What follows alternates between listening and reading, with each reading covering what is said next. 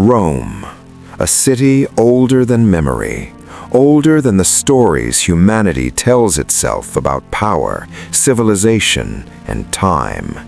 Its name does not fade, it echoes through centuries, through empires, through the rise and collapse of worlds, not as a whisper, but as a command. Long before emperors ruled from marble palaces, before crowns glittered beneath Mediterranean suns, there was only a river, the Tiber, slow, patient, eternal. Along its banks stood a small settlement, fragile huts, primitive fires, and people who could not yet imagine the destiny forming beneath their feet.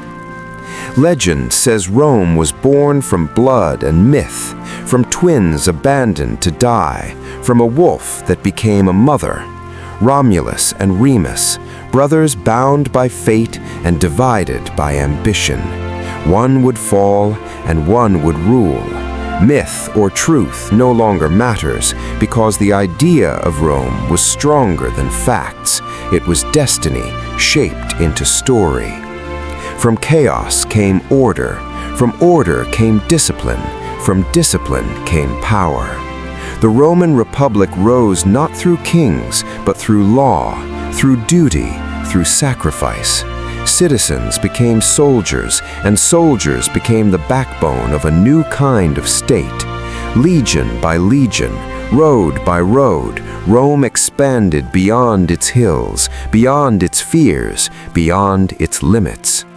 Rome did not simply conquer land, it reshaped reality. Forests became cities, paths became roads, tribes became provinces. The world learned to move, trade, and think the Roman way.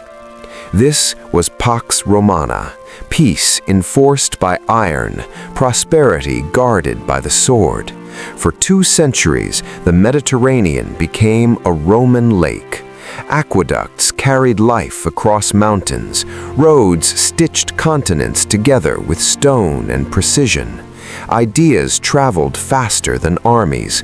Law replaced chaos. Order replaced fear.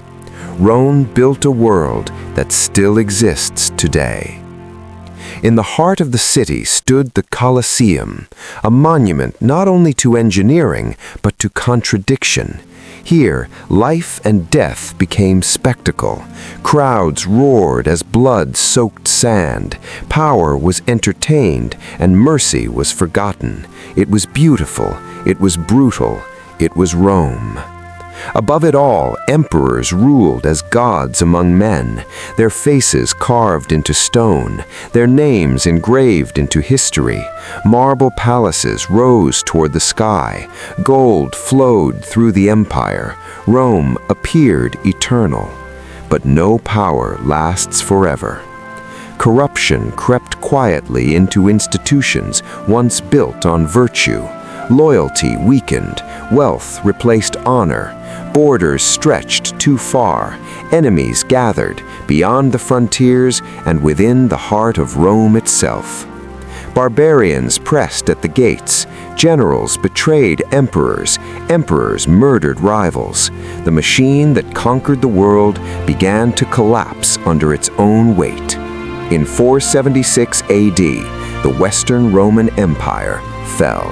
History marks this moment as the fall of Rome, but history is often wrong because the city itself did not fall. Rome remained, scarred, wounded, broken, but breathing.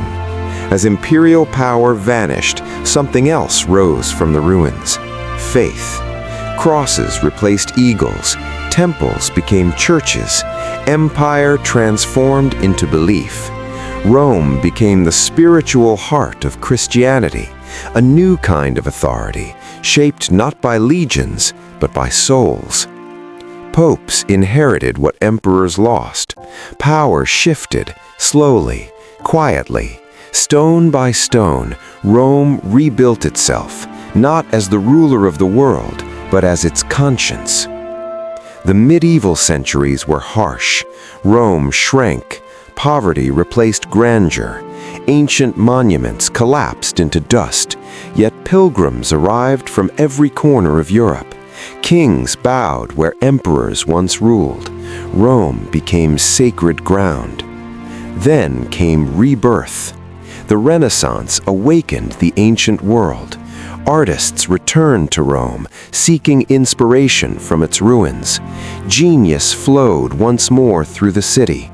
Michelangelo carved eternity into stone. Raphael painted divinity onto walls.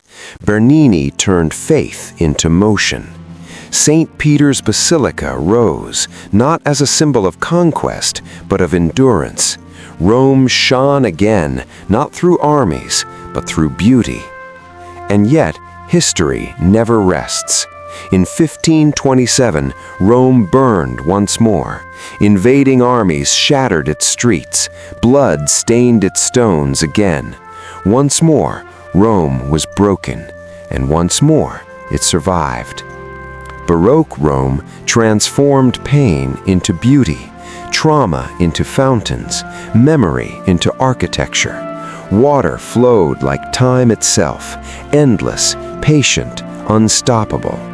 Empires rose elsewhere, Spain, France, Britain, and they fell. Napoleon arrived and left. The modern world marched forward. Italy united. Rome became a capital once more. The 20th century brought new storms.